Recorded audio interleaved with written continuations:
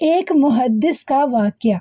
ایک محدث کے حالات زندگی میں لکھا ہے کہ انہوں نے اتنی کتابیں لکھی کہ اگر ان کے پیدا ہونے کے دن سے لے کر ان کے مرنے کے دن تک اگر سارے دنوں کو گن لیا جائے اور جتنی کتابیں لکھی ہیں ان کے صفحوں کو گن لیا جائے تو ہر دن کے اندر 10 صفحات بنتے ہیں۔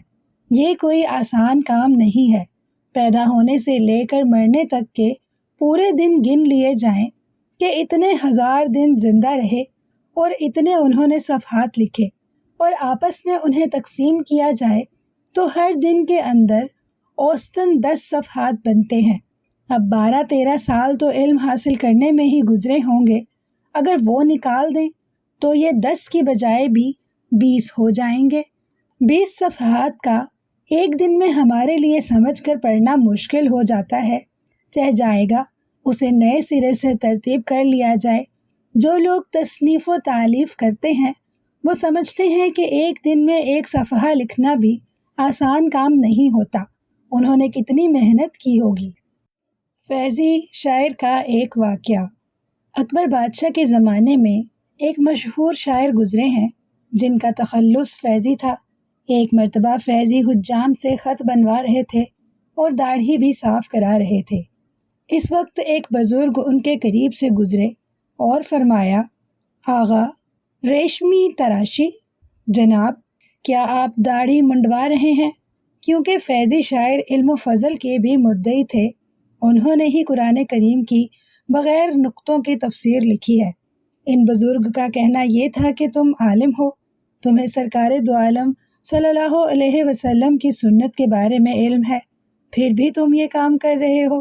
جواب میں فیضی نے کہا، بلے ریشمی تراشم دل کسے نمی خراشم، جی ہاں میں داڑھی منڈوا رہا ہوں لیکن کسی کا دل نہیں توڑ رہا ہوں، کسی کی دل آزاری تو نہیں کر رہا ہوں۔ گویا کہ فیضی نے طعنہ دیتے ہوئے کہا کہ میں تو یہ ایک گناہ کر رہا تھا لیکن تم نے مجھے یہ کہہ کر میرا دل توڑ دیا۔ جواب میں ان بزرگ نے فرمایا، ولے دل رسول اللہ می خراشی، کسی اور کا دل تو نہیں توڑ رہے ہو لیکن رسول اللہ صلی اللہ علیہ وسلم کا دل توڑ رہے ہو، اس لیے کہ سرکار دو عالم صلی اللہ علیہ وسلم نے تو منع فرمایا ہے کہ یہ کام مت کرو، اس کے باوجود تم کر رہے ہو۔ غار ثور کا واقعہ۔ ہجرت کے موقع پر حضور اکرم صلی اللہ علیہ وسلم اور حضرت ابوبکر صدیق رضی اللہ تعالی عنہ غار ثور میں تشریف فرما تھے۔ اس دوران سوراخ سے ایک سانپ نکلتا ہوا نظر آیا۔ سانپ کو دیکھ کر ابوبکر صدیق رضی اللہ تعالی عنہ نے سوراخ کے منہ پر پاؤں رکھ دیا۔ سانپ جب نکل نہیں سکا تو ابوبکر صدیق کے پیر میں ڈسا۔ جب حضور اکرم صلی اللہ علیہ وسلم کو پتہ چلا تو ابوبکر صدیق رضی اللہ تعالی عنہ سے فرمایا کہ پاؤں ہٹا لو۔ بتایا جاتا ہے کہ سانپ حضرت عیسیٰ علیہ السلام کا امتی تھا جس نے حضرت عیسیٰ علیہ السلام سے درخواست کی تھی کہ میں حضور صلی اللہ علیہ وسلم سے ملاقات کرنا چاہتا ہوں۔